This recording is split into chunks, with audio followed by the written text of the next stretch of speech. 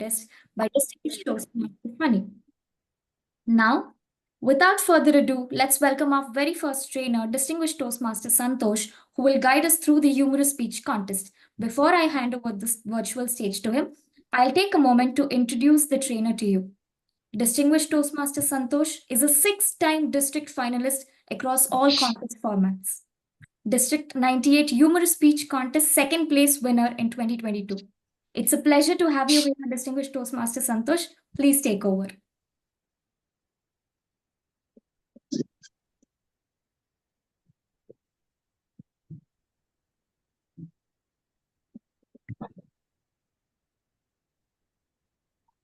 Santosh, we cannot hear you. Yeah, because I'm not speaking anything. Thank you. But that's nice. I think this is the point where we will start our humorous speech session, and that is start your laughter early on. That is very important. So before we begin, let me thank District 126 and also Akshita for giving such a great introduction. It's great to see all of you here. So if you can, if possible, if you can switch on your videos, it would be great.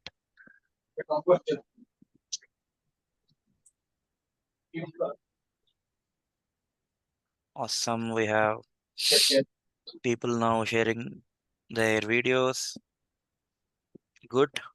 Very good. Because you see, whenever I deliver a session, I have to be on video. Otherwise, just kidding. I also prefer not to be on video. And when I be on video, I'll make sure that I will show my psychotic happiness and ask everyone to be on video. So thanks for being on video finally. Now, with that, humorous speeches, as we have already started with it, get your early laughters, which is a very important thing. Let me ask you one question. What is the toughest thing for you when you think about delivering a humorous speech?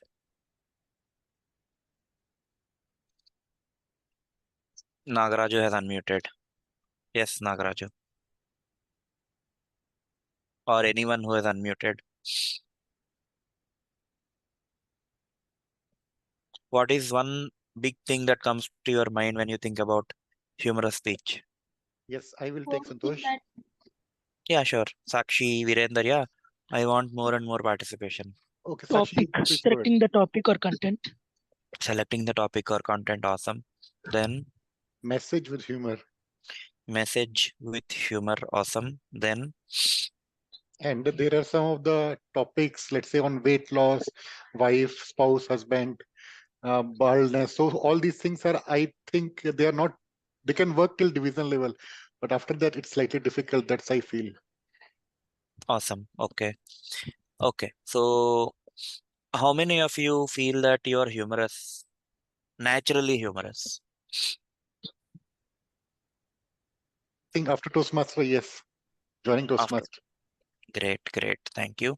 Now, one thing that I would like to bust is when I started my Toastmasters journey, for the first 3 to 4 speeches, the feedback that I have received was be more humorous.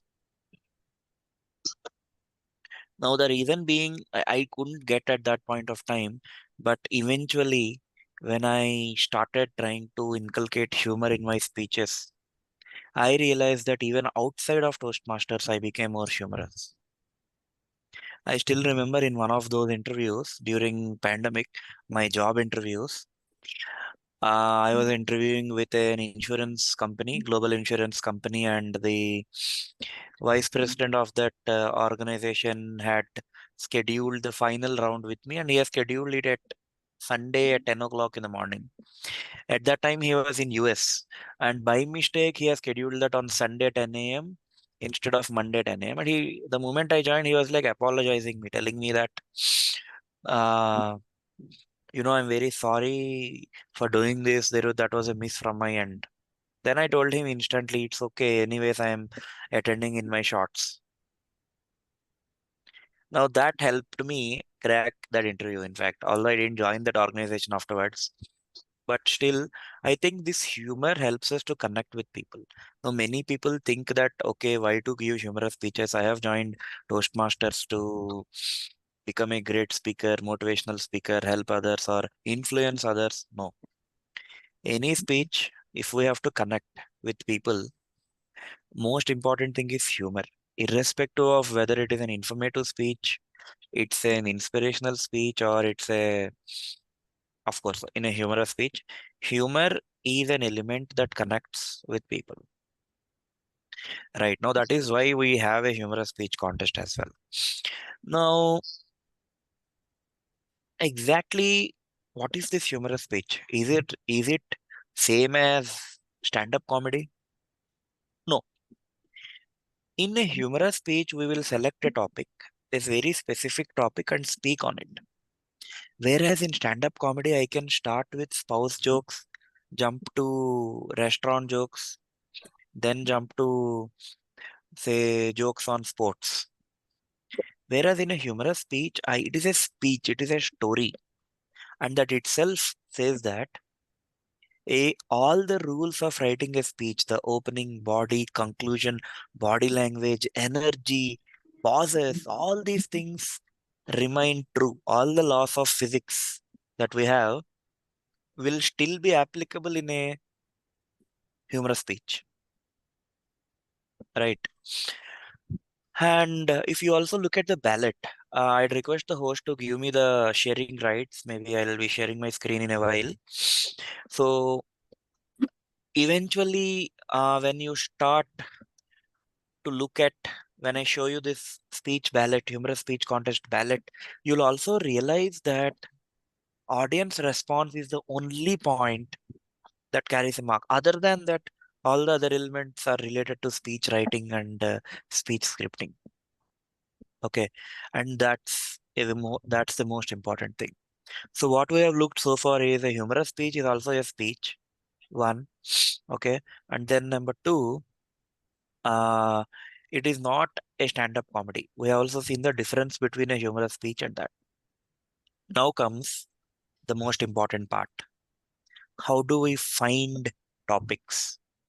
And as a couple of you have already mentioned, I think Virendra has mentioned, and I think even some other person has mentioned, how do I select a topic for a humorous speech, right? How do I select a topic? Now, there are two ways of doing it. One is the topics that are available to us, like the very cliche common topics. And you don't have to think they are cliche topics because each person comes with a different experience. And you can also use them. I can still use a speech on, say, dating and win the contest or make people laugh. But it all depends on how is my take on it. Okay. Of course, it becomes a bit more difficult because I have to come up with newer and newer content there. However, how do you find some topics that are not very common? Like, first, I'll give you some common examples. Like, people give on relationships, people give on weight loss, as Virender was saying. Then people give on jobs. Okay, people give on say cooking experiences. I mean, again, cooking is something new. Okay, I have once gave a humorous speech on cooking. My title was "What's Cooking Inside You?" Okay, wherein I explained how I prepared dal tadka. Okay, that was pure black. Okay, turned into ashes because I made it that beautifully. I started putting everything in that eventually. I also added some coriander cabbage inside my dal tadka.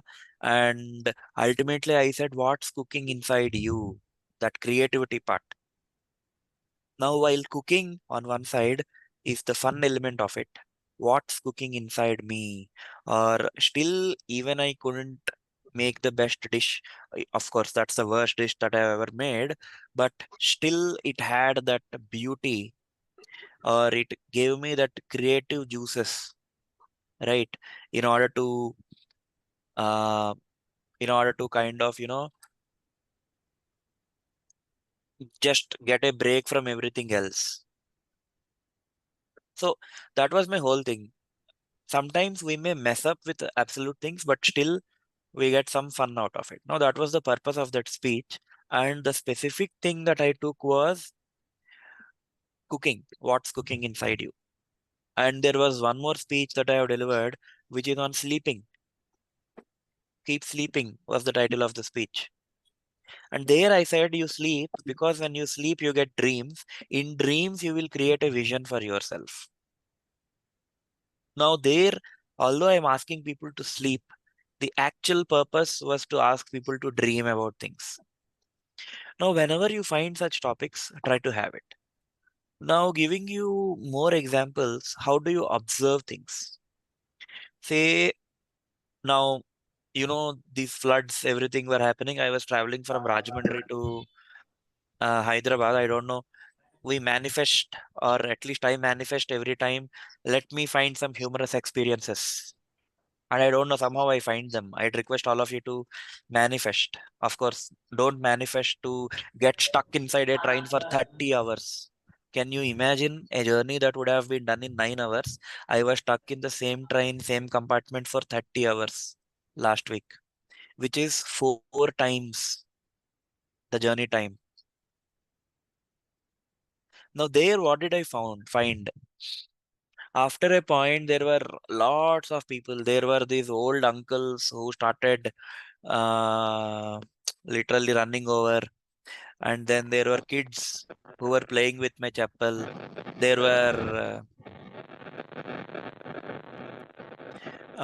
these people who were just simply uh, there were these vendors who were trying to cash on things, like a water bottle that would cost 20 rupees was sold for 150 rupees. Okay. And I was feeling I was having a roller coaster sitting in the train. Now, all these are my observations.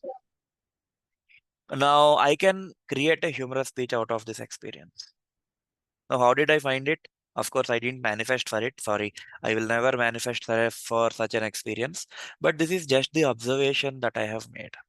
And very recently, I have also attended a family function. Okay. Now, I want to ask someone, when you attend a family function, what are some things that you observe there in a family function? Akhilesh, I think you are planning to say something. I could sense it. Yeah, just aunties and uncles asking us, क्या हो रहा है बेटा, क्या चल रहा है? Right.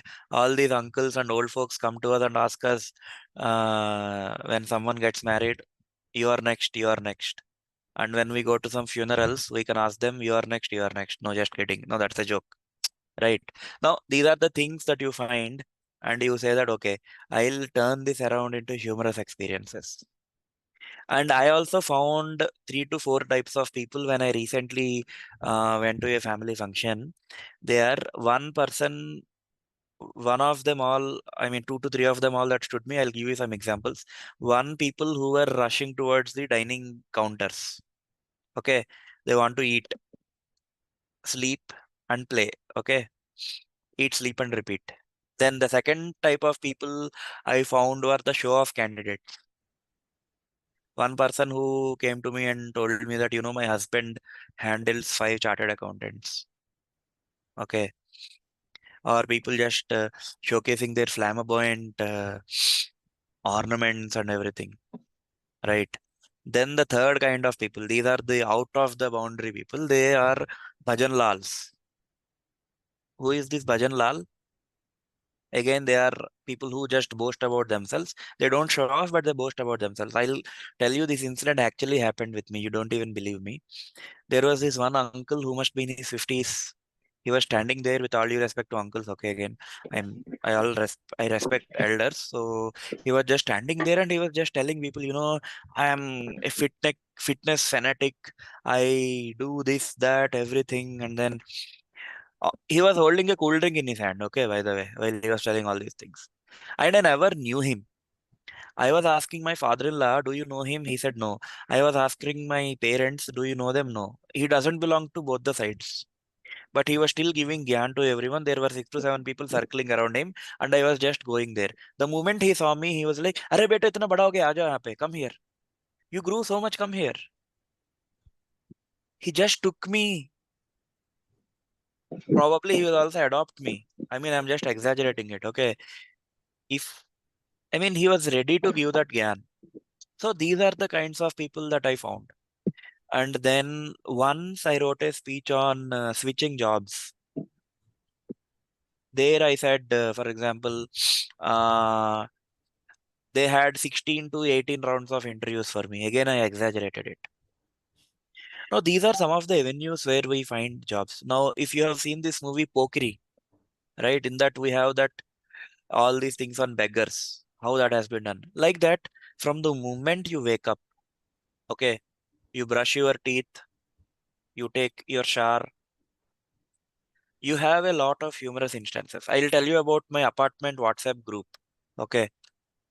Today, my apartment WhatsApp group people, they react extremely for any situation. For example, Hydra thing was happening and there is a lake beside my house. Okay, I'm not very rich. I don't have a lake view, but still that's a community municipality lake which is there beside my house. And that's almost like half a kilometer away from house. They were still discussing, putting Google Maps coordinates and everything, and they are telling they had a long discussion in the group, and towards the end, one person writes a disclaimer. Provided Google Map is correct. They are questioning Google. Just imagine.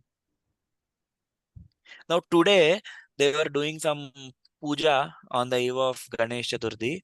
And now, when someone does a puja in their society, it's quite obvious that they expect you to take a shower, take head bath, come in fresh clothes.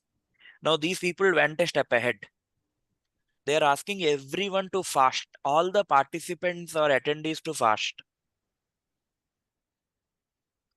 Now, this is actually happening with me. So, from the moment you wake up to the moment you sleep, you will find these instances. Like you take a shower. When I speak about shower, the water problem, you can write a speech on water problem because water problem is there. Two, rains, getting stuck in rains. Like I got stuck in the train. Two, opening your laptop, work from home issues. Two, meetings. Two, your boss. Two, your colleagues. Two, the moment you have chai, you can have a humorous speech on chai. How do chai addicts behave? They are more dangerous than drug addicts, right? Chai addicts. How many of you love chai? Have a reaction. Or coffee. Give me some reactions now. I'll give reaction. I love chai. Awesome. See, we have two people. We have four people. Good, good. So have some chai. Don't sleep. Okay, yeah, this was my check. If people are actually listening to me or sleeping. Thank you. Thank you so much. So from the we can actually write a humorous speech on chai. I was just taking a rickshaw and traveling. I saw one tea stall name, tea drug, tea drug addicts. That was the name of the tea stall. Of course, yeah, definitely. It's a drug. Okay, tea is like a drug for me. I can't survive without tea. 2 to 3 times in a day, I need to have it. Now that can be humorous speech. Now these are the avenues where we can find humorous speech topics. So what is the key here? Observation. Observation is the key. Okay.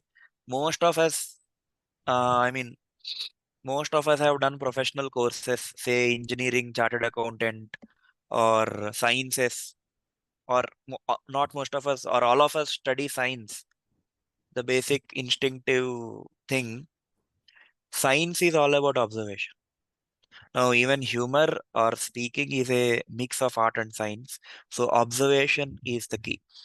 Okay. So, this is how you find speech topics. Now, of course, having said that, as I said right at the start, don't worry about is my topic good enough? Only worry about are you using the right observations and jokes? Even once you observe and get the topic, even inside the topic, you have to find some jokes. Now, say I'll give you a very simple example again. Say job interviews is a topic, very cliche topic, right? We have seen in a lot of movies and everything. I made a joke on job interviews. It's like I sat in the interview room. The interviewer skimmed through my resume and said, "You wrote that you are quick at math. What is 56 added to 2? I said 87. He was shocked. You said you are quick. Yes, I said I'm quick, but not accurate. No, this is a different joke, right? Now, try to find different jokes even in an old topic. It's like old wine in a new bottle. Okay. So how do you find your speech topic is either you have a completely new wine, where, as I said, types of people you find in a family function or getting stuck in train. I know not everyone is fortunate like me to get stuck in a train.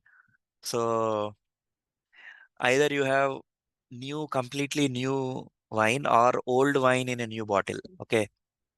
That's absolutely fine. These are the two ways you find topics. And now I hope that you got good ideas on how to keep on observing and looking out for things. If you go to a shopping mall, you can also write a speech on shopping mall. From the moment you enter into a shopping mall, right from the reception, right from the entrance where the credit card folks uh, are behind us for taking a credit card to the food court where we fight like cyclone victims to get food, right? So everything is an observation. Where we enter into a branded store where we don't want to purchase everything, but the shopkeeper insists you have to take something, and we come out with embarrassment. Now all these things, I can just go on with all these observations. You sit and observe with open mind, you will find topics. Okay, observation is the key. Now let's move to, so we saw what is a humorous speech. We saw the difference between a humorous speech and the difference with between stand-up and a humorous speech.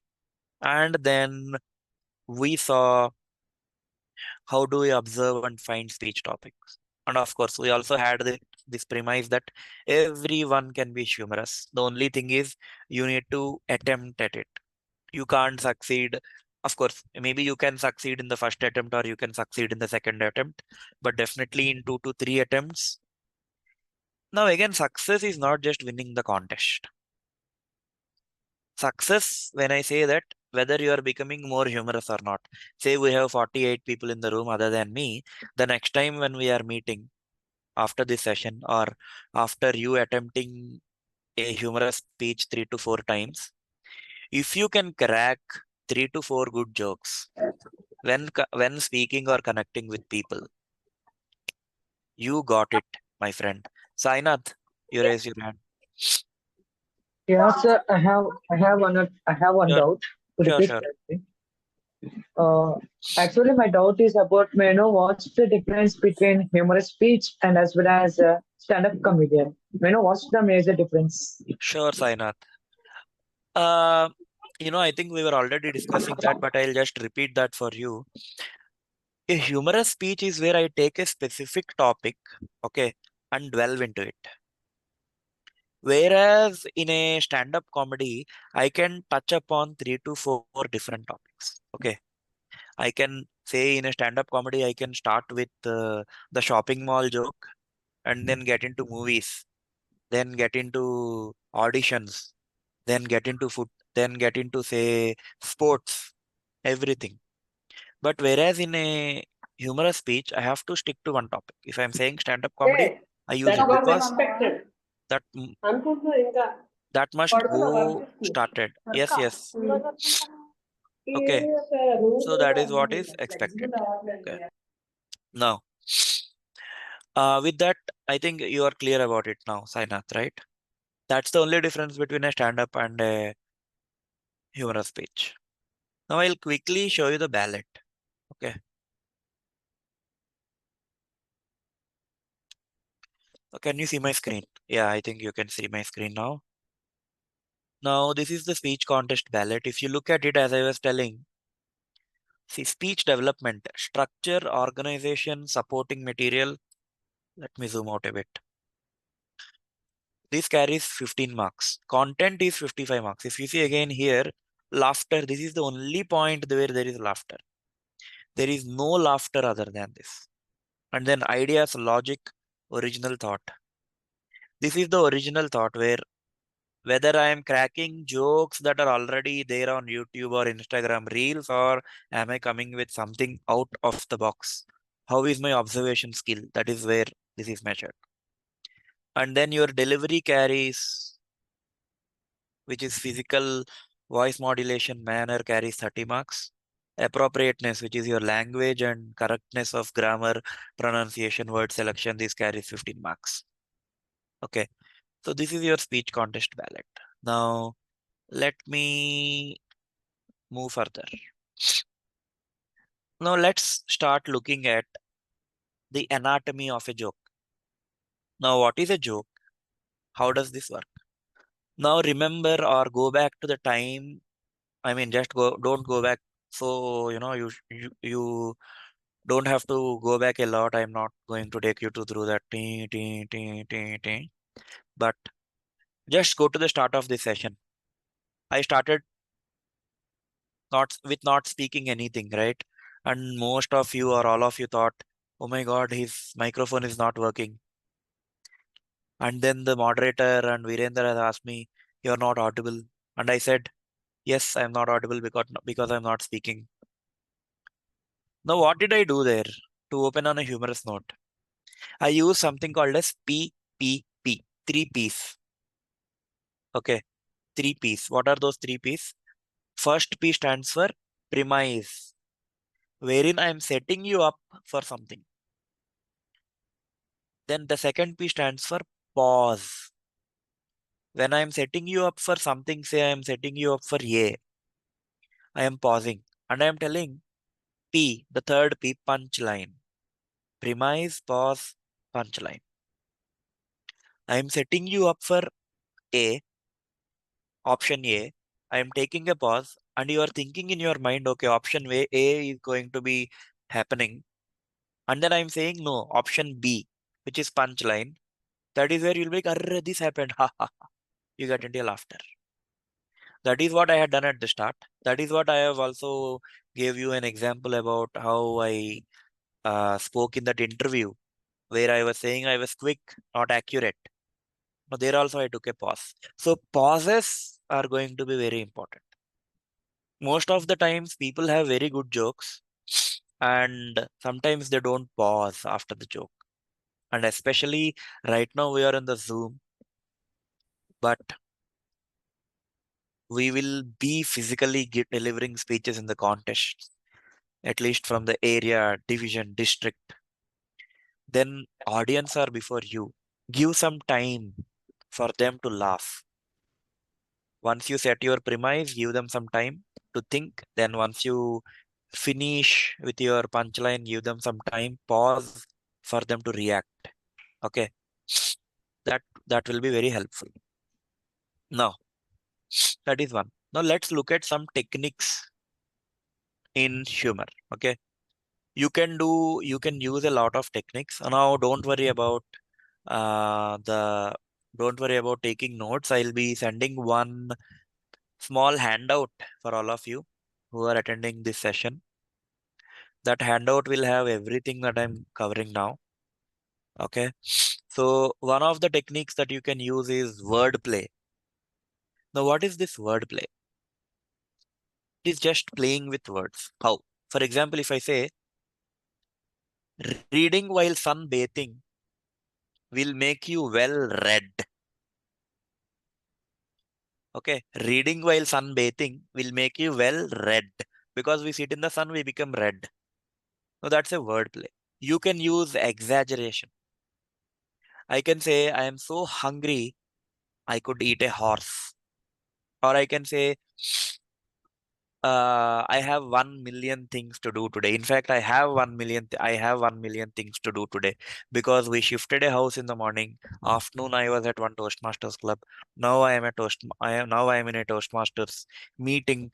Then after this, I am going for dinner. Then I have to come back and I have to finish off some of my office work for tomorrow morning that I left it in the TGIF mode on Friday, some half an hour work.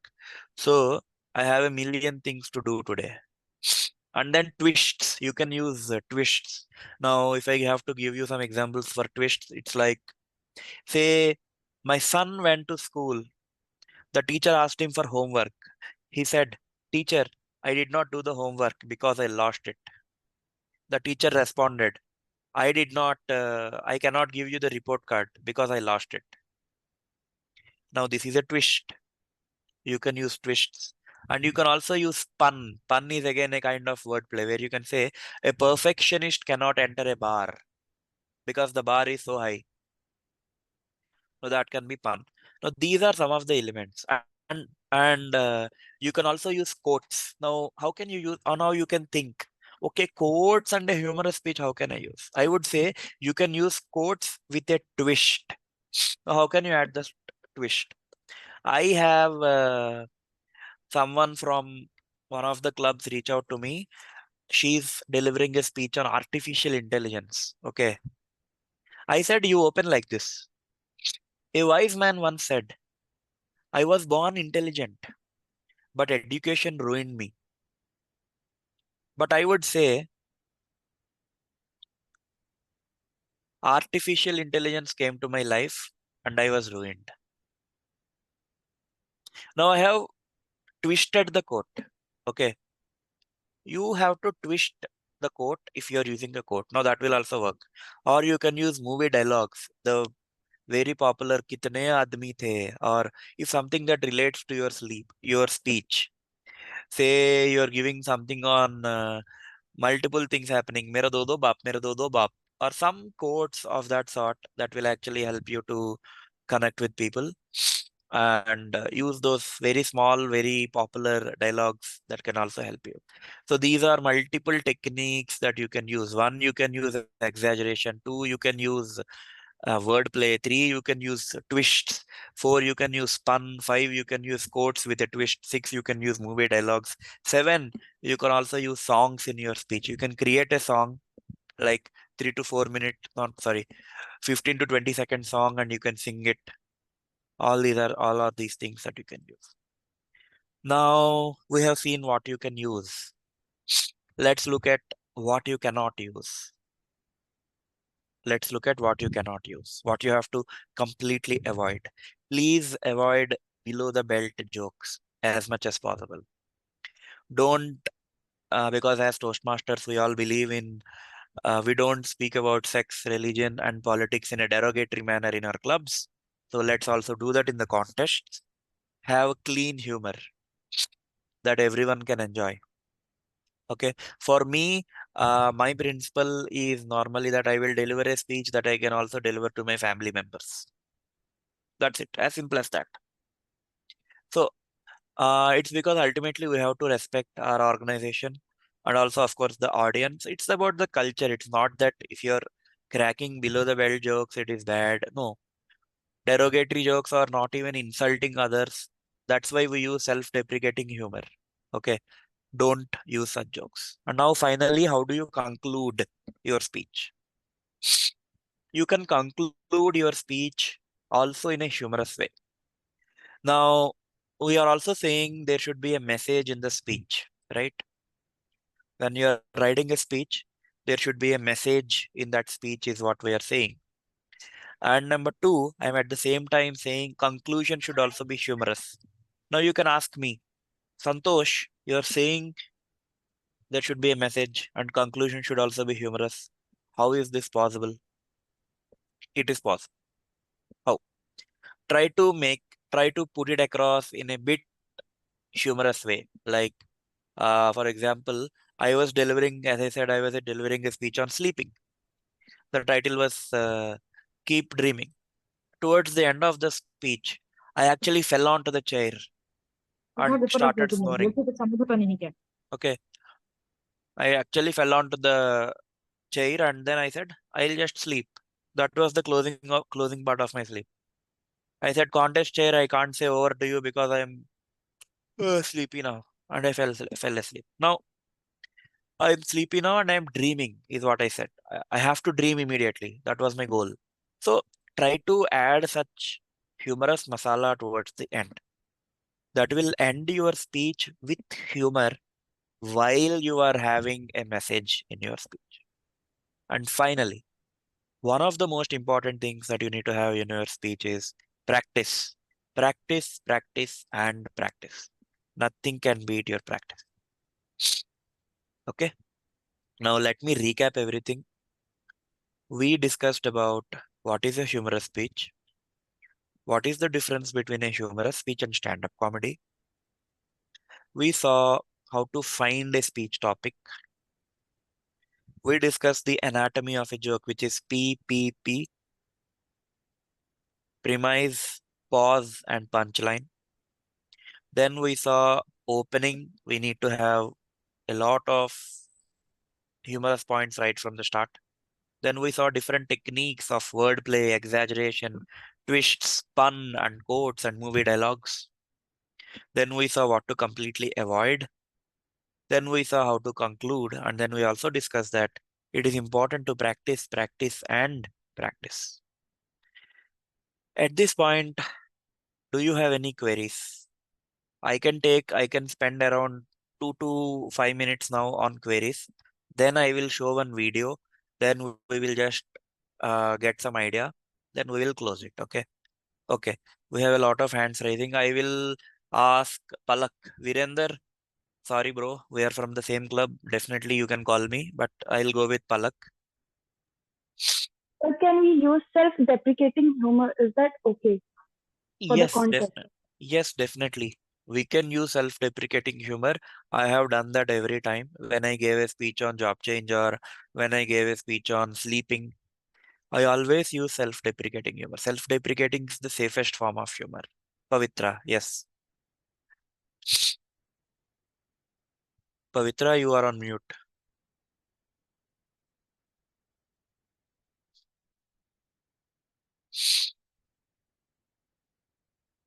Pavitra, do you have a query or Virender? Please go ahead. Yeah. Okay, so Santosh, you said that in the conclusion or at the end, we should try to add humor in that. So my question is that is it a kind of a mandate from the judges' ballot?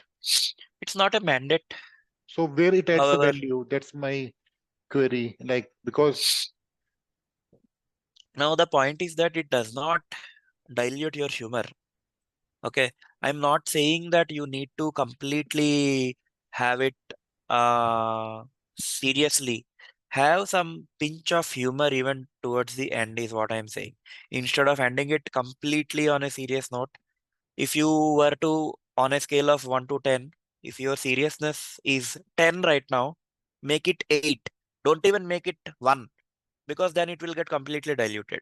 Okay. Now again, is it a mandate? No, absolutely. It's up to you. But if you do this, you will get the edge. That is what I'm saying. Okay. yeah, thank you. Sure. Thank you. Manasa, you have. Yeah. Hi, Santosh. Hi, Manasa. So thank you for sharing your methods to find a topic. I have tried these methods before, but one challenge that I ran into was I couldn't, if I found a speech topic like that, I couldn't find a purpose. If I started with purpose like that, I couldn't make it humorous. So how do I tackle this? Most of the times, okay, most of the times when we find these speeches, there will be some purpose hidden in that. Okay. It is up to us to find it. Say in my case, the train experience. Ultimately, after the 30-hour journey, I have 3 phone numbers of people. Okay. If had I was there for 10 more hours, I would have done a demo meeting there or pitched about Toastmasters. Just joking. But okay. So the thing is, the ultimate culmination or the point is the people that we meet and how we become friends in the times of adversity was the message there. Now, I don't know the specific topic that you picked up. Okay. Maybe we can discuss that offline or maybe we can connect after this. Uh, Most of the times, 99.9% of the times, there will be some hidden purpose in that. Even if I am delivering a speech on dating, I can still have a message in that by saying that, you have to find your soulmate, find these 2 things that resonate with you, find someone who resonates with your values or whatnot. Okay. Now, any topic, can have a message, is what I feel. Because if I'm speaking something, if I have done a lot of observation, there should be some takeaway. Okay, as I said, for this specific case, yes, definitely we can connect. Okay, Thank you, Santosh. yeah. So I can take one more question. I think Pavitra, are you there now? Pavitra, Sorry. Yeah, yeah, yeah. yeah. So, okay, before this, I had some network issue. I'm speaking, but you're not able to listen. Okay, no worries. Yeah, Pavitra, please. So, is it okay to use our mother tongue in between our speeches, like a dialogue, to make it more humorous? Yeah, you can use, but translate that. Okay, that's what I was saying. Kitne aadmi the? How many people were there? Translate it. If you're using it, again, don't use a lot. If you're using this dialogue, kitne aadmi the? 3 to 4 words, that's it. Don't take a lot of risk. Okay. And when you're doing that, translate it again. And it should absolutely bang on, connect with that. Don't use it unnecessarily. One, use it with purpose. Two, use it, don't use a lot, use it with caution. Three, translate it immediately. Purpose, caution, and translation. These three are important when you're doing so. So I'll take one last question from Subram. Yeah, you can. Hi, Santosh. Hi, is it Hi. audible? Yeah. Yes, you're I audible. just have a query. Can we include the audience in between? Like we can question between sessions, or we can put their views in between the speech? Yes, we can always include. I'll tell you. Like you can ask them. Like this very famous thing that we normally, I mean, if not, I don't know if people here use, but I normally use in demo meetings is whenever I go for a demo meeting as a Toastmaster of the day, I will say, how many of you are afraid of public speaking? Raise your hand. People will raise their hands. Then I will say, I know the rest of you are lying. Now that's a humorous way of doing it. Yes, you can include your audience and then get a response, change it, make it humorous. You can do that. That's Thank you. actually a very good way of doing it. Yeah. Okay. So now I will play the video that I have. Let me share my screen. And while I'm doing so, I'd request you to make a note of things. Okay.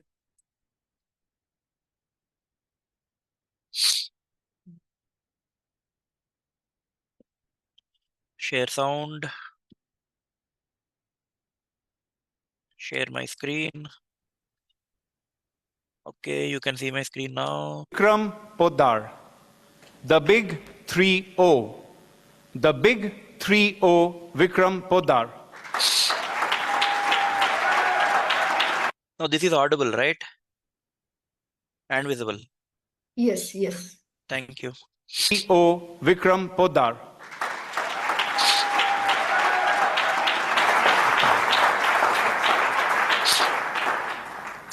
January 2010, the Mumbai Marathon.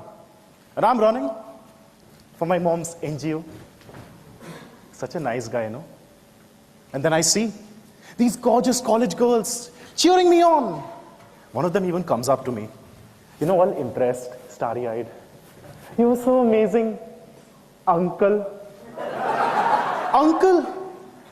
I try to look cool, but I felt like a fool. Have you ever felt this way? Molested, verbally, by a young girl with just a 5-letter abuse? Sticks and stones may break my bones, but uncle will hurt forever. And all because I am turning 30? Contest chair, uncles and aunties. Not you, Chitra.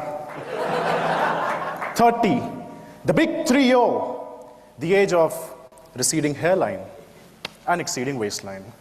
When your friend shouts, dude, I have gray hair, and you shout, dude, you have hair.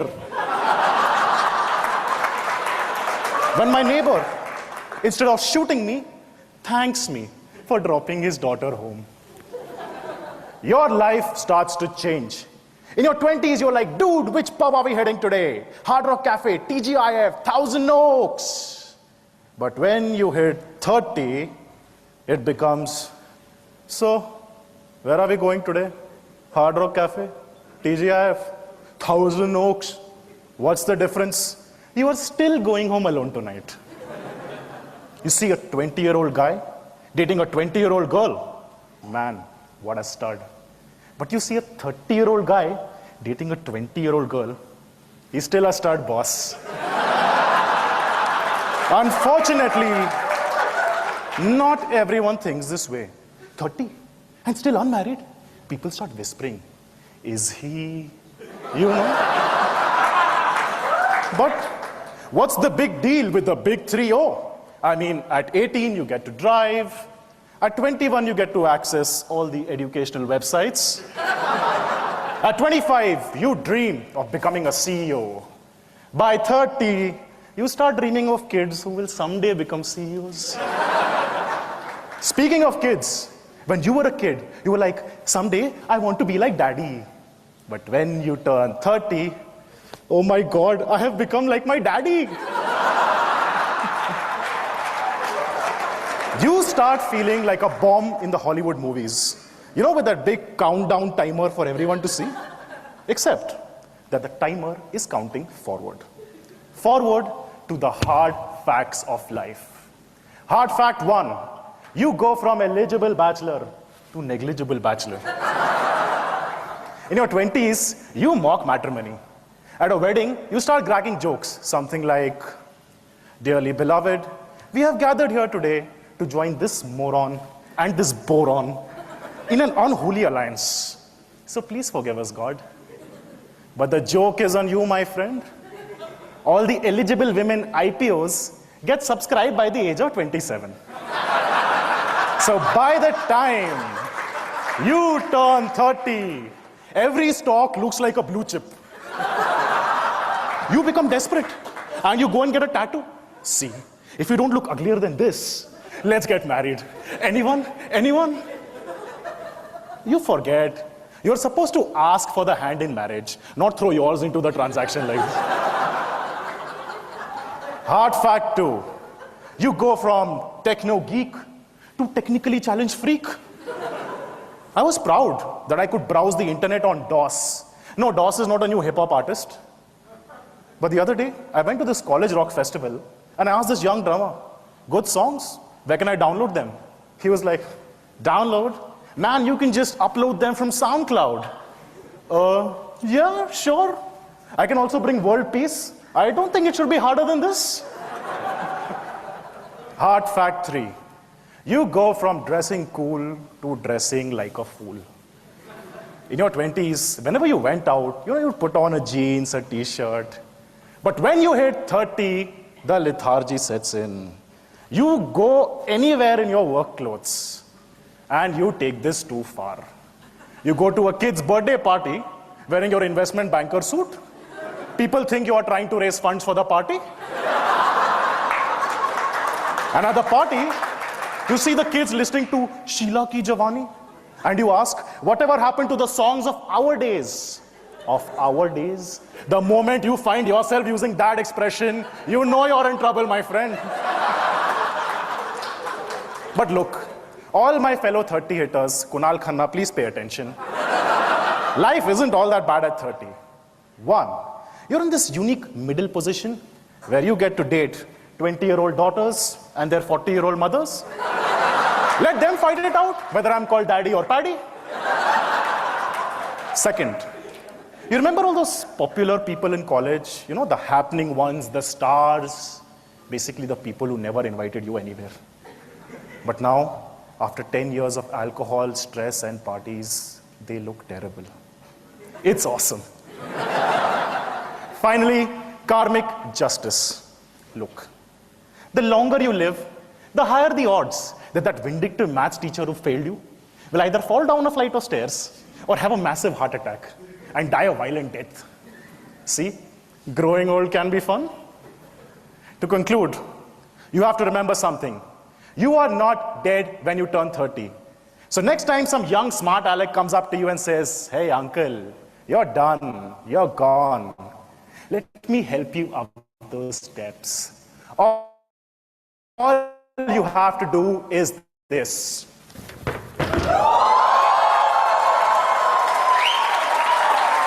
Now let's see you try that, kiddo. Oh, what do you got this chair?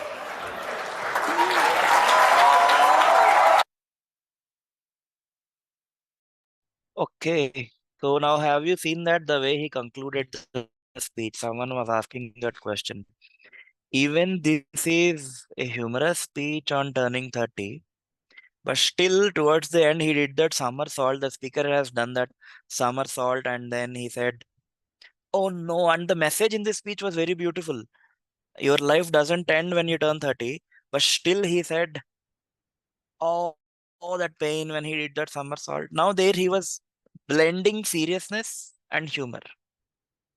As I said, if you want to have on a scale of 1 to 10 point seriousness, just bring it down to 8 or 7.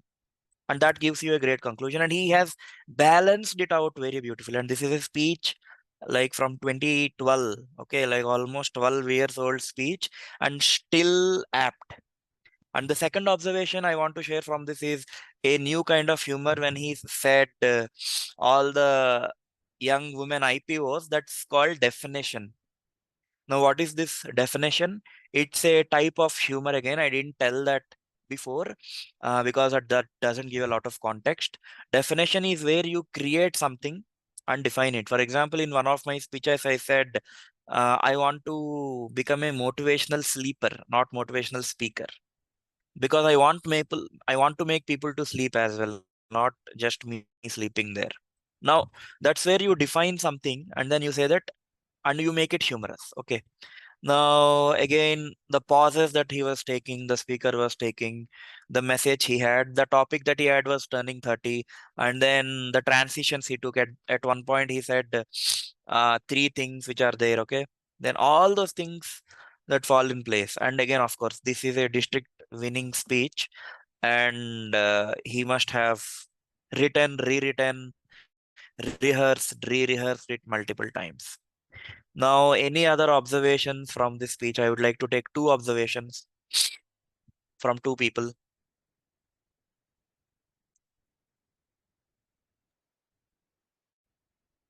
Any observations? Sir, I have observed one thing from this speech. Yes, A why way not? of using Yeah, facial yeah, sure. expressions. Best Yes, facial expressions and hand gestures and voice modulations, sir. So these are the yes. things Everything has observed to. by me in this video section. Yes, sir, Thank that's you. all. Thanks a lot, Sainath. Now, any other observation?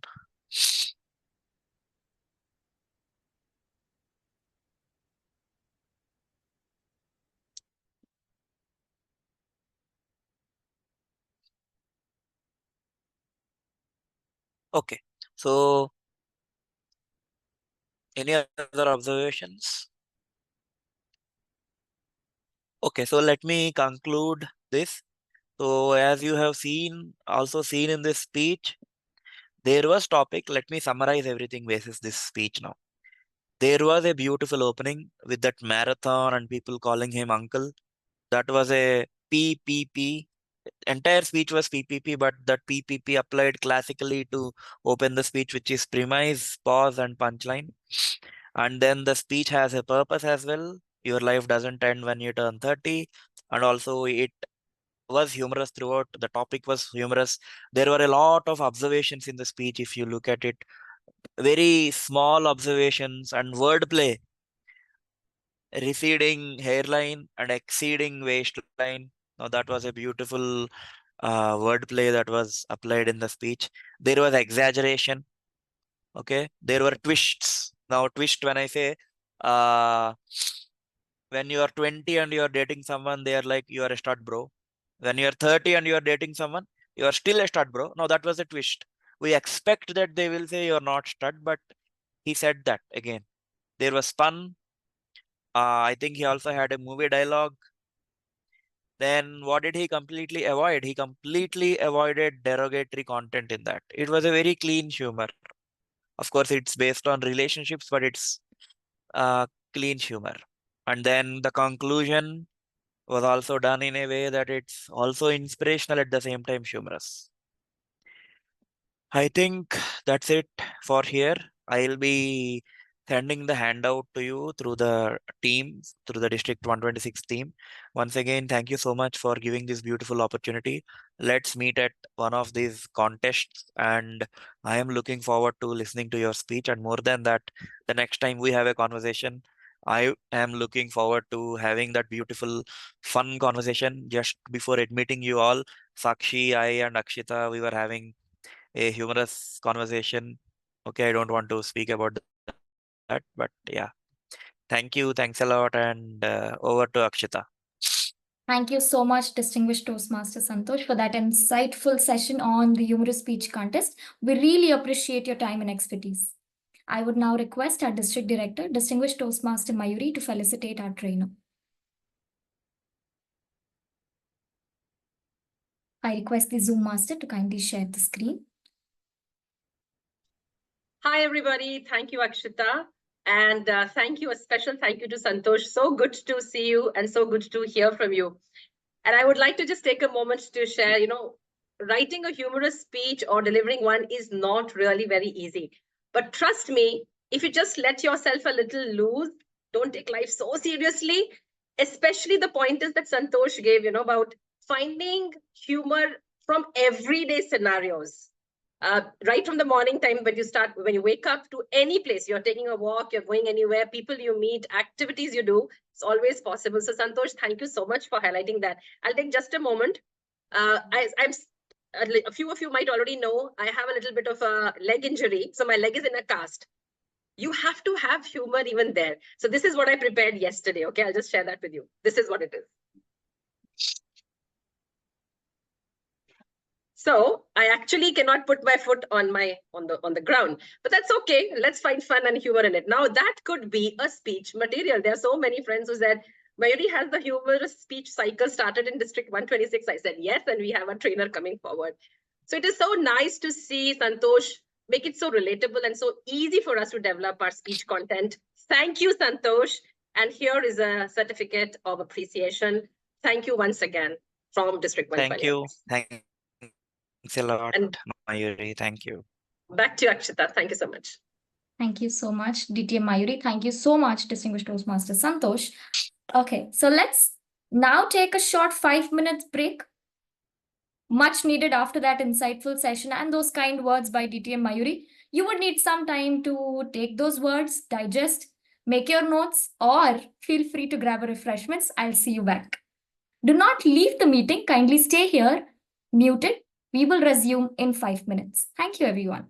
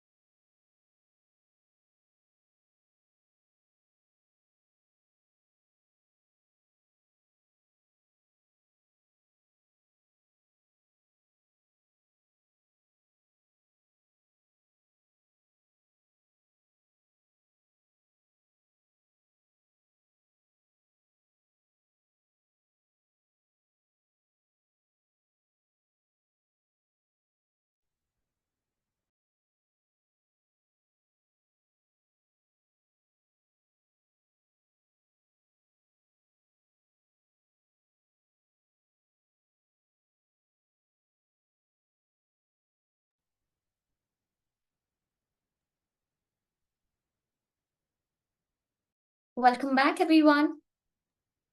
I hope you had a refreshing break. For anyone who has joined us during the break, welcome. Let us now quickly move to the second half of our session, focusing on the evaluation contest. It's my pleasure to introduce our trainer, Distinguished Toastmaster Funny Bhagwan, who will take us through the key aspects of this contest.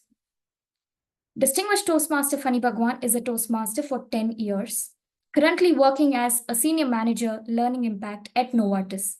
He has conducted numerous educational sessions and workshops on speechcraft, humorous speeches, and evaluation. It is a pleasure to have you here, Distinguished Toastmaster Funny. Over to you. Thank you, Toastmaster Akshita. I hope my audio is clear. Yes. All right, thank you. Let me share my screen.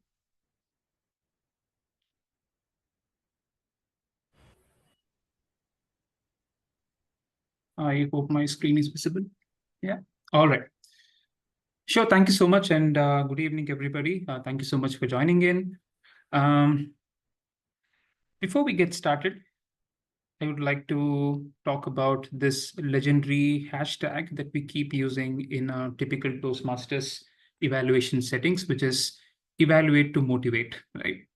Now, while this hashtag sounds great, evaluate to motivate, would like to know how many of you believe that a good evaluation is not just about evaluating someone or motivating someone, but it is about striking that fine balance between both evaluation and motivation. A quick yes or a raise of hand if you believe that the whole essence of evaluation is all about striking a fine balance between you evaluating a speaker and also you motivating the speaker on equal terms. All right, so that precisely is going to be the crux for today's session, which is how do we bring that fine balance in terms of evaluating the speaker and motivating the speaker. So we'll focus on 4 different aspects today. One is we would gain a holistic understanding around the purpose of evaluations, and then how can we link feedback to impact. And then we will also talk about how can we potentially avoid those evaluation traps. And then we will also understand what is what of the judges' ballot in a typical Toastmasters evaluation contest. So I would all of you to take away 2 key things from this session. One is how can we approach a typical Toastmasters evaluation contest with an even-minded mindset, which is to strike a fine balance. And then how can we link our evaluations to impact without leaving them mid-air, right? So with that, let's get started. So here's a quick story about 2 different managers. The first manager's name is Grumpy, and the second manager's name is Sunny. Now, this guy, Grumpy, is a manager whose communication pattern is very direct, right? Every time he wants to share feedback of his associates, he would go like, Funny, you're not meeting expectations. You're not participating in meetings. You're not voicing out your opinions. You're not taking others' point of view into consideration. I'm not happy with you. So I want to kill you with feedback. On the other side, we have this manager called Sunny, whose communication pattern would sound like, Funny, I currently see you at position A now, and I want you to be at position B. So for you to move from A to B, you may have to tweak your communications accordingly. You may have to keep participating more in meetings. You may have to keep voicing out your opinions more strongly in meetings. You may have to keep taking others' opinion into account and things like that. So there are some things to tweak so no one ever feels like killing you. Now, if you look at Grumpy's communication pattern, it was direct criticism. And if you look at Sunny's communication pattern, it was neither too soft nor too critical. So if you want to be a good evaluator in a typical Toastmasters ecosystem, I would urge you to be a Sunny and not a Grumpy, right? But the question is, how can you be the Sunny of Toastmasters evaluation, right? Let's delve deeper. So the sandwich feedback, so the quintessential sandwich feedback method that we all apply to evaluate our speakers, I believe most of you are aware of this sandwich feedback. But I see 2 typical issues with this approach.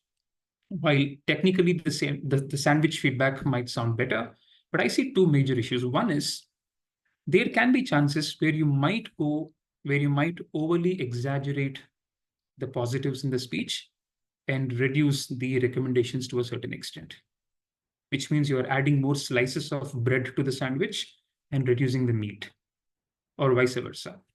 Maybe you are too little focused on praising the speaker or sharing positives about the speaker, but adding a lot of criticism or adding a lot of recommendations to the list, which means the slice of bread is very minimal, but the meat is too much. So in both the ways, it's a problematic situation. So the question now is, how can we drive or deliver a perfectly baked sandwich to the speaker? Right. Now, in the session, we will focus on how do we give that balance between not overtly praising a speaker versus not overtly criticizing a speaker, because anything more is injurious. Right. Now, that said, let's quickly delve into the evaluation mechanism of speeches. Now, the first question is, how can we not overtly praise any speaker, right? How do we maintain neutrality when we praise a speaker for his good work in the process of speech crafting, right?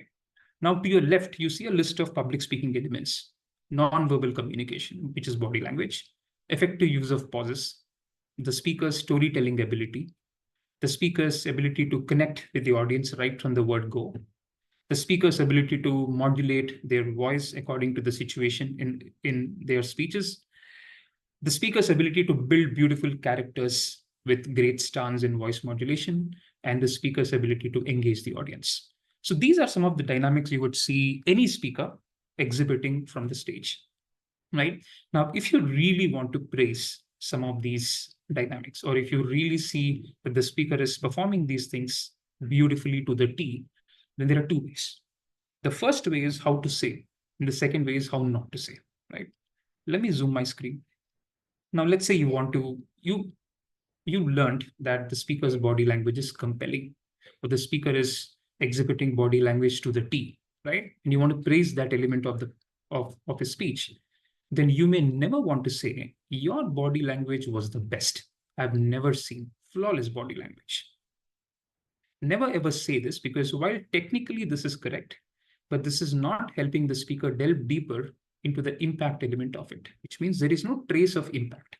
My body language is the best. So what is not answered, right? So instead, you may want to say your gestures were powerful and complemented the message, which means you're driving a positive element, which is your gestures were powerful. You're, of course, praising the speaker, but you're also adding a trace of impact, which means how has that enhanced or complemented or augmented the speech making process of the speaker, right? And then let's say you want to highlight the effective use of pauses that a speaker has put to practice. Instead of simply saying your pauses were amazing, don't do that. While again, that may be technically correct, but there is no trace of impact there as well. So you may want to say you used pause to perfectly let the important points sink in, which means you're also trying to communicate the impact of what it has done to the engagement level of the audience or the understanding level of the audience. Similarly, let's say you want to praise the storytelling ability of the speaker. This was the most amazing story I've ever heard in my life. Thank you so much for that. I've seen many evaluators do this, but I don't think that's a better way to do that, because you are overtly praising the speaker without letting him know how that has impacted his speech crafting process, right? So this was the most amazing story I've ever heard. Your story was exceedingly great. You have done this, you have done that. You're an amazing human being. All these compliments are loose-ended, you know. They don't complement an impact statement. Rather than that, you may want to say your storytelling brought the message to life, making the speech memorable and encouraging. So what exactly has that quality of narrating a beautiful story, or the dynamic of narrating a beautiful story, made to the speech? How did it make the speech more enhanced? How did it make the speech more memorable? So that sort of understanding is required from a speaker's perspective. Similarly, you want to talk about audience connect. Let's say you realize that the speaker has connected with the audience, or he has used the right elements to connect with the audience. It could be questions, it could be stories, it could be facts, it could be quotations, whatever, right? then don't simply say your audience were completely captivated. You captured the audience attention well, right? Again, while that's a good positive phrase to use, but again, there's no trace of impact, right? You had a great connection with the audience and you made everyone feel involved in your speech, right? Similarly, every time you address a speaker as part of your evaluation process, now there are two ways to do it. There is this looming question, which is, should I address the speaker alone or should I address the audience as a whole, right? Now, there can be a blended approach as well, right? So every time you get into this process of addressing or praising the speaker directly or sharing your recommendations with the speaker directly, you may also want to touch upon the audience's pulse at some point in time, right? So you may want to say, let's say you love the speaker's voice modulation, right? Or the speaker has modulated his voice perfectly, suiting the different scenarios that he has brought in a speech. Then instead of saying your voice modulation was absolutely correct, unbeatable, instead of that, you may want to say, ladies and gentlemen, addressing the audience, the power of voice is an impressive differentiator in Sunny's speech today. His voice modulation made the characters come alive. Or you may want to say, have you observed, ladies and gentlemen, have you observed how Sunny was able to modulate his voice to the T? How Sunny was able to modulate voices to ensure the characters that were coming onto the stage were basically seen to, or basically perceived as more enthusiastic. Right? So at some point in your evaluations, you may also want to move away from addressing the speaker to addressing the audience as a whole, and then again taking back the control, right? Similarly, if you really want to talk about engagement with the audience, or if you love that element of speakers' ability to engage with the audience perfectly, then instead of saying the audience have never been so engaged, I love the way you engaged with the audience. I really admire the way you engage with the audience. Again, while these statements sound very rosy and fancy, they don't have the trace of impact, right? You had the audience hooked from the very beginning of the speech with timely questions and pauses, right? So that way, every time when you want to praise a speaker or share more recommendations with the speaker, ensure that they always have a trace of impact and just don't leave them as bland praises, right? And two takeaways from this exercise, which is, one is every speaker has got a unique strength, right? Some speakers are really good at voice modulation. Some speakers are really good at connecting with the audience. Some speakers are really good at crafting a beautiful storyline. Some speakers are good at their ability to structure the speech properly. So as an evaluator, in the process of crafting commendations or praises for the speaker, identify that one unique strength of the speaker and say that out loud. You may want to say, Sunny, your strength as a speaker is blah, blah, blah. So that way it would reinforce what they should continue doing in the long run, right? If you can call out loud the speaker's strength very specifically as part of your evaluation, it would really create a strong impact rather than simply coming up with a random list of praises for the speaker, right? So identify the speaker's strength very critically so that you can call it out loud. The second is, if you consider a speaker's narrative or a storyline for that matter, it could have many elements to it. An engaging start, a beautiful storyline, different characters, varied emotions, conclusion, drama, emphasis, essence, whatnot, everything. So if you can consider this whole entire storyline from a macro level, then you will find at least one unique differentiator in the speech narrative. It could be anything. It could be the way the speaker brought the characters. It could be the way the characters were interacting with each other. It could be the way the speaker has used pauses, whatever it is, right? There'll be at least one unique differentiator in the entire storyline. So you may, as an evaluator, also want to pick that up and then say it out loud, saying, if there is one unique differentiator in Sunny's speech today, it is blah, blah, blah. So that it would drive a message to the speaker that they can further leverage on that particular strength in the further speeches to come, right? So that way, when you share your praises or when you share your commendations with the speaker, ensure that you always have a trace of impact, and also identify one core strength of the speaker, call it out loud, and one unique differentiating aspect in the entire storyline, and call it out loud, so that it would not seem like you are trying to create a notion where you are simply praising the speaker without a head and tail, but whatever you're doing it very consciously, right? So that's pretty much about how can you praise a speaker. Now let's get to the other part, which is whenever you share your recommendations, what are some of the best ways to do it? And what are some of the not so best ways to do it? The same set of elements again, non-verbal communication, effective use of pauses and all of that. Now let's say you realize that the speaker's body language or the speaker was not able to exhibit non-verbal communication properly, or his non-verbal communication is not in sync with his speech. Then instead of simply saying your body language was very stiff and uncomfortable, you may want to say a bit more variation in your gestures, especially when sharing the key insights, would help you do blah, blah, blah. Right? So the striking difference here is instead of plainly exhibiting criticism, which means your body language was very stiff, the upper part of your body was under your control. We saw you walking randomly on the stage, ending up in a disorganized walk. This was not good. This needs to be improved, and blah, blah, blah.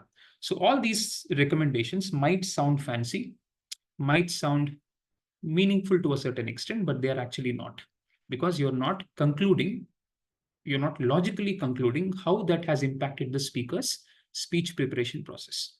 Because as an audience, every time as an evaluator, when you're sharing feedback with a larger set of audience, there are three learners here. The audience would want to learn how can the speaker better improve on those recommendations. As a speaker, the speaker obviously wants to understand the impact of all these not so engaging public speaking dynamics on his speech.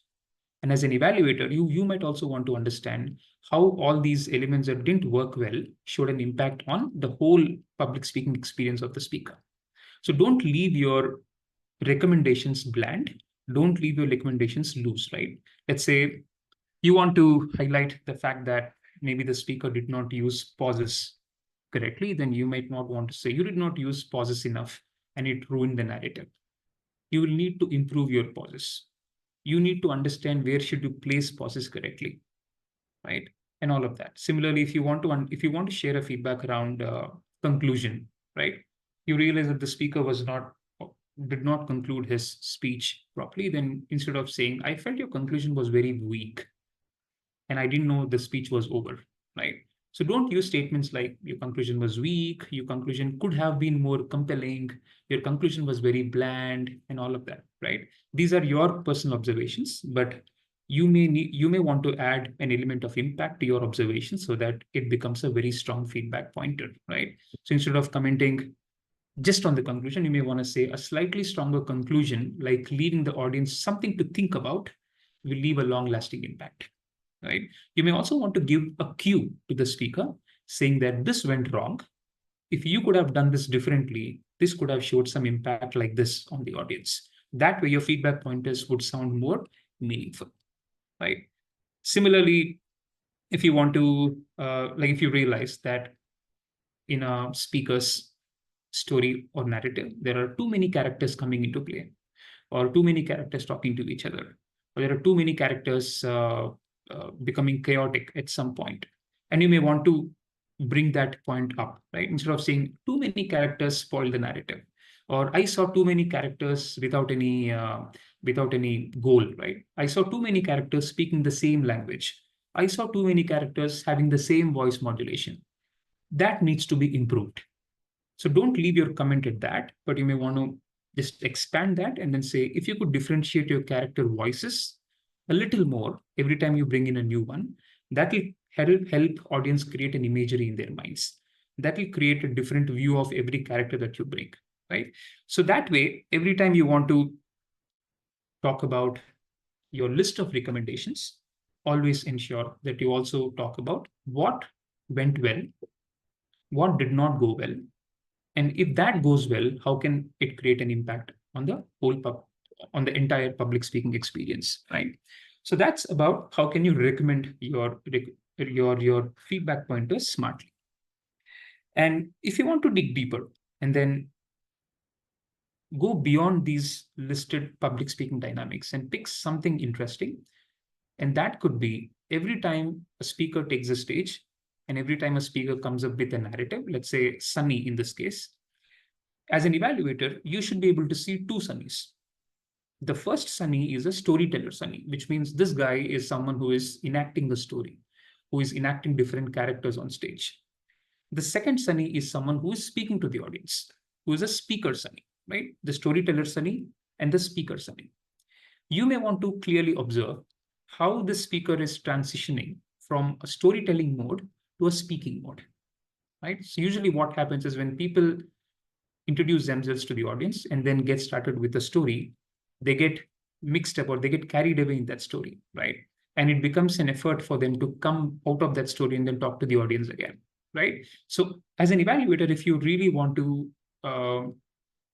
recommend out of the box recommendations, then this could be one of the pointers, which is how seamlessly was a speaker able to move away from a storytelling mode to a speaking mode, which means how easily was a speaker able to explain the story and also enact the story and also switch bit from zone 1 to zone 2, right? So this is how you can recommend your feedback pointers smartly. So we've discussed two things. One, every time you want to praise, add your praising element to a statement of impact, right? And every time you want to share a recommendation, don't simply recommend things, don't simply give your comment on how the public speaking dynamic was displayed, but also talk about how that has spoiled the public speaking experience or how that has positively or negatively impacted the audience's attention or engagement. So that way, the speaker would still receive recommendations.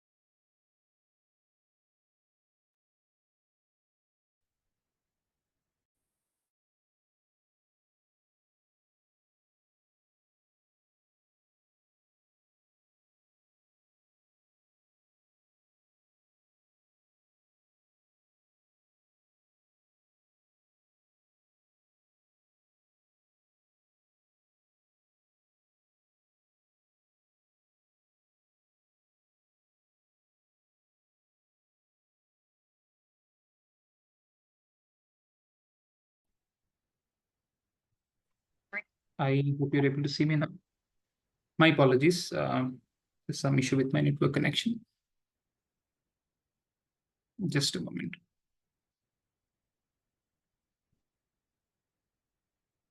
I hope you're able to see my screen now. Yeah.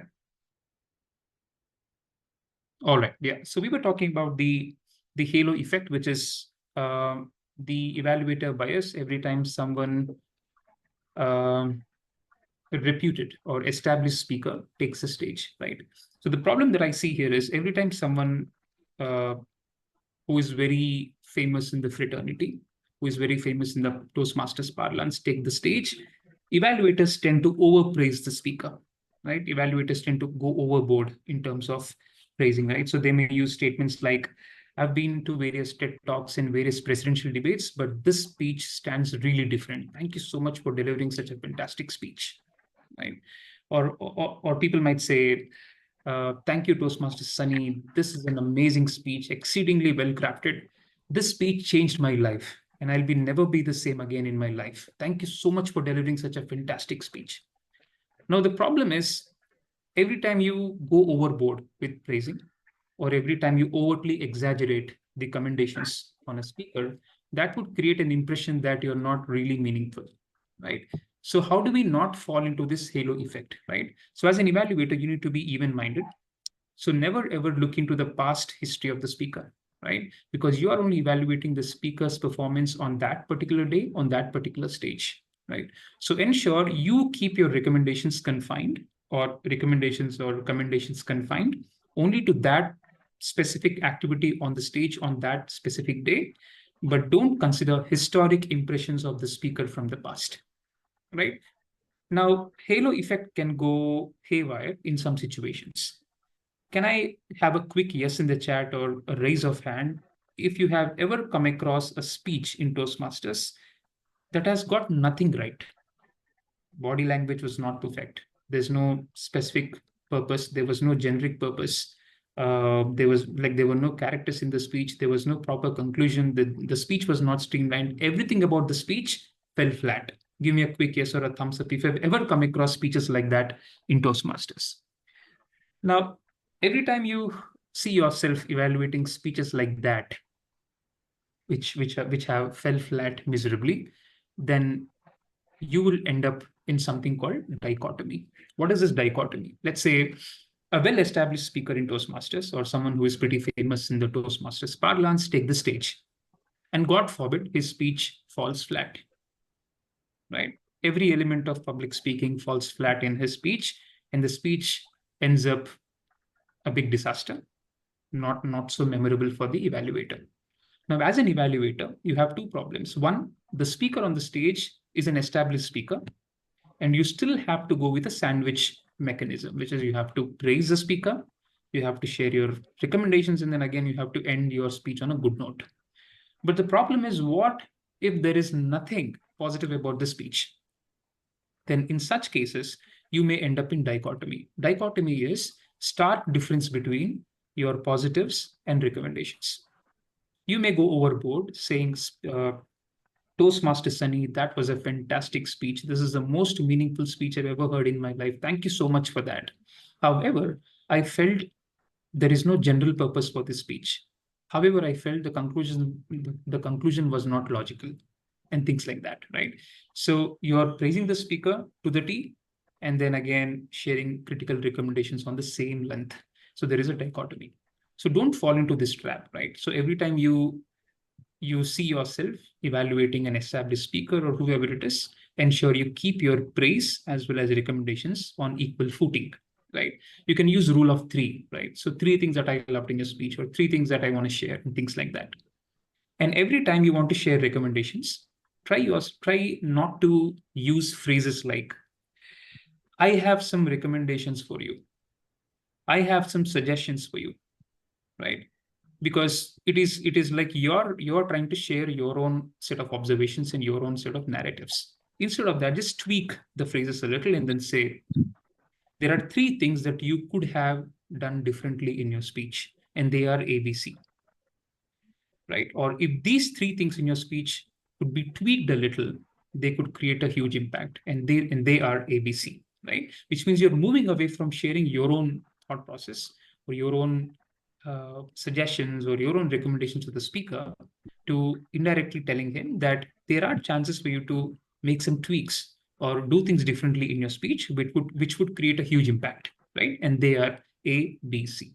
So that way you'll not fall into the trap of the halo effect or dichotomy, right? And we will of course talk about a scenario where, as I said, if the speaker's story or narrative fell flat and you find nothing noteworthy to praise the speaker, then what do you do in such cases, right? So in that worst case scenario where you find nothing about the speaker, in fact, there are many instances like that in Toastmasters where test speakers take the stage and they speak on some random topic without a head and tail, and all these public speaking dynamics turn into a joke, right? And it becomes very difficult for an evaluator to identify areas of improvement or identify areas of things that went well. Now, in such cases, the best you can do is appreciate the speaker's intent of taking the stage itself, because participation itself is a big thing, right? So you may want to just praise the speaker's ability to take the stage and address the audience. You may also want to praise the speaker's effort in terms of trying to come up with a storyline of sorts.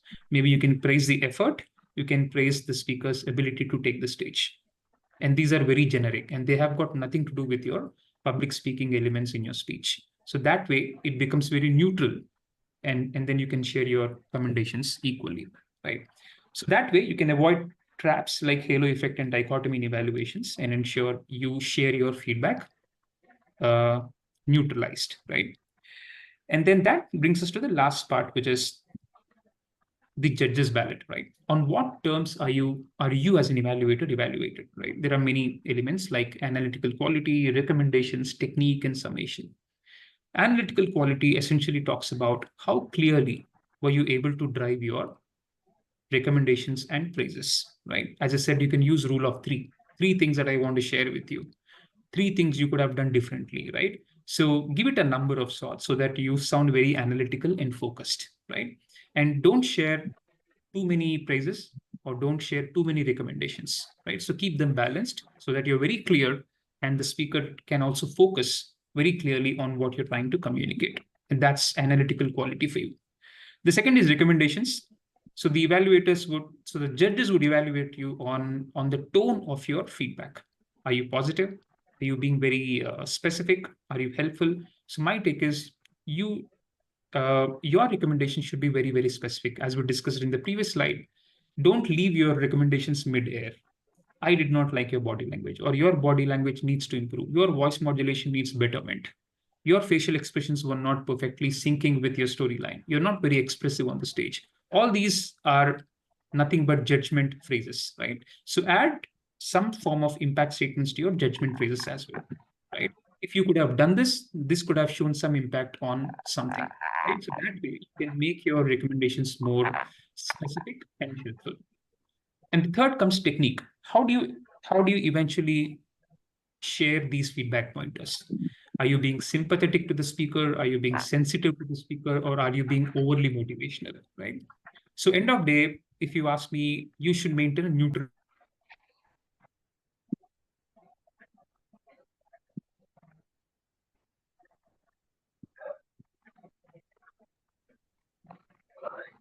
Okay, I believe I'm audible now. Yes. All right, thank you. Yeah. So speaking of technique, so technique essentially talks about the tone of your feedback itself, right? So are you sympathetic? Are you sensitive? Are you overly motivational? Not really. So ensure you maintain some form of neutrality there, which means don't overly praise the speaker saying you are the best. No, right? Similarly, don't criticize the speaker saying a lot of things need to be improved in your speech. No, identify a few things as recommendations, identify a few things as praises, and balance them both, right? And lastly, summation. This is tricky. There are points for how effectively can you summarize your evaluations. Now, there are 2 ways to summarize, 3 ways to summarize, basically. One is you can simply thank the speaker. So that's all with my evaluation. Thank you so much. And you leave. That's not an ideal way of summation. The second way is, finally, I think your speech is fantastic. If you could improve on A, B, C, your speech will be, you can improve your speech in the long run. Thank you so much. And you leave. The third way is you summarize the speech. You talk about all the positives, you talk about all the negatives, and you also add a layer of your interest in the speaker's development, which means you may want to say that to summarize my evaluation, you were really good at A, B, C. And if you could tweak or do A, B, C things differently, that could show some real good impact on your entire narrative. And I'm really interested to see the next version of this speech coming, right? So if you can leave the speaker with the thought that you are equally invested in the speaker's development in the long run, that forms a beautiful summation, right? So every time you summarize your evaluations, ensure that you have 3 elements. One, of course, you summarize all the positives, you summarize all the negatives, and you leave the speaker with the notion that I'm interested to see your development, right? I'm curious to know how will you take your speech further to next levels and things like that, right? So that way, you could formally summarize your evaluation. So these are some of the elements on which your evaluations will be, you as an evaluator will be evaluated by a panel of judges, right? So to sum up, we have discussed a few things here. Evaluate to motivate is not just about flashing that hashtag, it's about striking a balance between both, because overly evaluating the speaker, overly motivating the speaker is a problem. So ensure you always maintain a balance. And then we've also talked about the sandwich feedback method.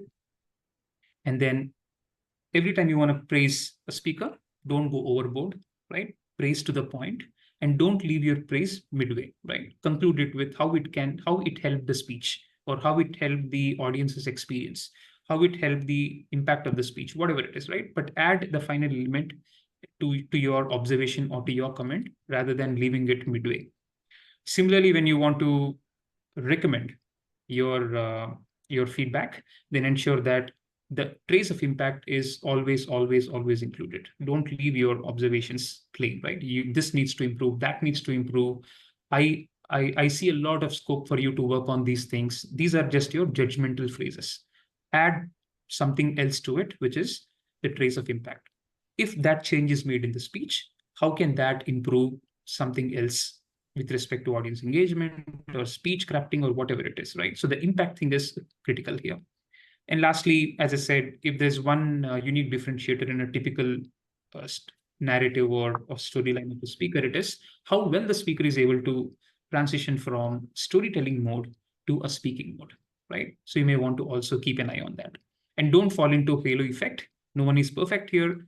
No matter what the expertise level of the speaker is, no matter how famous he is in the Toastmasters fraternity, whatever it is, right? So don't take the historical impressions of the speaker into account. It is always about that moment evaluation or that or performance at that particular moment, right? And don't show dichotomy in evaluations. If the speech is absolutely not so worthy, then at least praise the speaker's effort, take the stage, and then at least is able to communicate with the audience. So praise effort in the worst case scenario, but don't craft your evaluations purely on criticism if the speaker's narrative falls flat, right? And then we've also discussed the judging items that you will be judged upon, right? So that's pretty much about the different dynamics of Toastmasters evaluation and how can you strike a balance between motivating a speaker and evaluating a speaker, right? All right, so that's pretty much it. Would now open the space for any questions if you may have.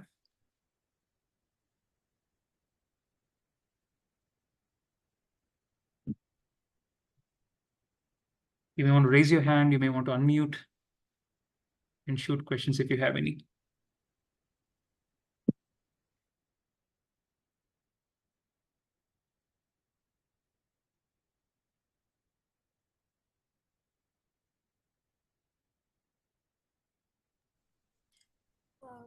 Yeah, good evening, Toastmaster Funny. So I actually had a question regarding the summary part in the judges ballot. So I have actually seen instances where members, they just don't even give a proper summary. Now summary is for 15 marks. And let's say somebody just doesn't even summarize any of their points in the evaluation well. So on a scale of 15, how much should we rank them? Is there any ideal number which you think we should be giving them, or how does it work? Sure, yeah. Thanks, Anisha. That was a good question. So because it is a scale, we cannot concretely say that this is the number you have to give for a specific performance because it's a scale, right? Now, instances where you don't see people summarizing, you may want to put them at the lower end of the scale, obviously, right? Because summation is important for a reason. That is, one, you shared positives about the speech. You also talked about how the speaker can improve on various aspects. And if you leave it there, it doesn't make any sense because the speaker would want to know how can he take the speech, how can he take the speech to the next level. And as an evaluator, if you don't create a notion that you are invested in the speaker's progression because you have concretely observed all these feedback pointers, and if you leave your summation in the air, it doesn't make sense, right? Summation is important because obviously as an evaluator, how are you looking at the speaker taking the speech to the next level, right? So that has to be communicated very clearly. And if that is not happening at all, right? In some cases, people just summarize and leave. They say, to summarize, you're good at ABC, you need to improve ABC, thank you so much, and leave. While that's a not so great way, but still you can put some, rate that speaker somewhere towards the neutral number, somewhere between 1 to 15. But if the speaker is able to come up with a great summary and also is able to create an impression that I'm invested or I'm interested, I'm curious about your next steps, then you may want to rate him high. But if these two things are not happening, or if you don't see the trace of any of these things happening, then you may want to put him towards a lower rate of the scale, which is like somewhere around between 1 to 5. But we cannot pick a number because it's a scale, but definitely somewhere towards the lower end of the scale. I hope I answered your question. Yeah, thank you.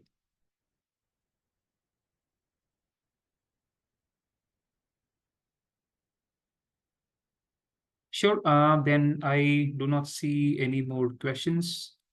Thank you so much, and over to Akshita. Thank you so much, distinguished Toastmaster Funny, for that detailed and informative session on evaluation contest. We appreciate your guidance. I would now request our District Director, distinguished Toastmaster Mayuri, to felicitate our trainer. Thank you so much, Akshita. Good evening, fellow Toastmasters, guests, and a very special good evening to Funny. Good to see you again, Funny. Thank you so much for this excellent session on evaluation. I think we are blessed to have stalwarts such as you as members of our district, right? So in-house specialists on evaluation. It was so pertinent. And I go back to the time that I had started contesting way back when I was just into Toastmasters. And that time and now I see, my God, there's so much to learn. There's so much to hone on evaluation. Boy, am I glad I'm not a contestant. I'm a district officer right now. I don't need to work on it. But these are all very pertinent tips. So thank you so much, Funny, for all of that. We've all been taking notes. Trust me, you're going to be receiving one-to-one questions as well, I'm sure. But thank you so much once again. And can we have the certificate, please? Yes, there we go. So thank you, Funny, for this session. Thank you from District 126 and from all members for your invaluable tips and techniques to do a good evaluation this contest season. And please accept the certificate. Thank you so much. Thank you. Thanks a lot, Mayuri. Learning is mutual. Thank you. Thank you. Thank you so much, DTM Mayuri. Thank you so much, DTM Funny Bhagwan. Well, this brings us towards the end of the session. But before that, I would like to express my deepest gratitude to the trainers. Your insights have certainly given us all a clearer understanding of how to approach both the contests with greater confidence and skill. It would be really unfair if I end this meeting without thanking each one of you. Thank you for being engaged and committed to learning today. Whether you are a contestant, a judge, or even a supporter, I hope these lessons will guide you in sharpening your skills. I wish you all the good luck for the upcoming contest season. And with that, I'll hand over this virtual stage to the Sergeant at Arms, Toastmaster Sakshi, to officially close the session.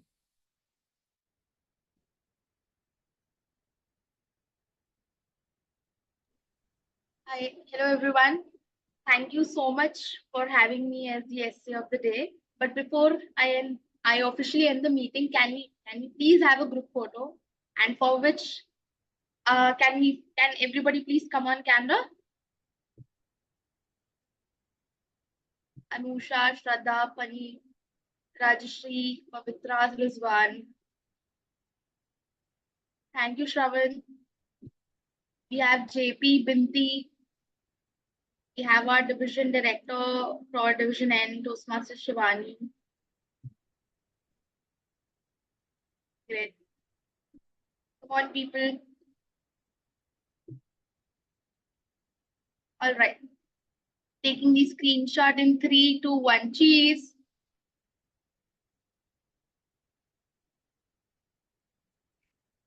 We have more participants who are in as well. Cheese again. Thank you, everyone. And with this, now I declare this meeting as closed.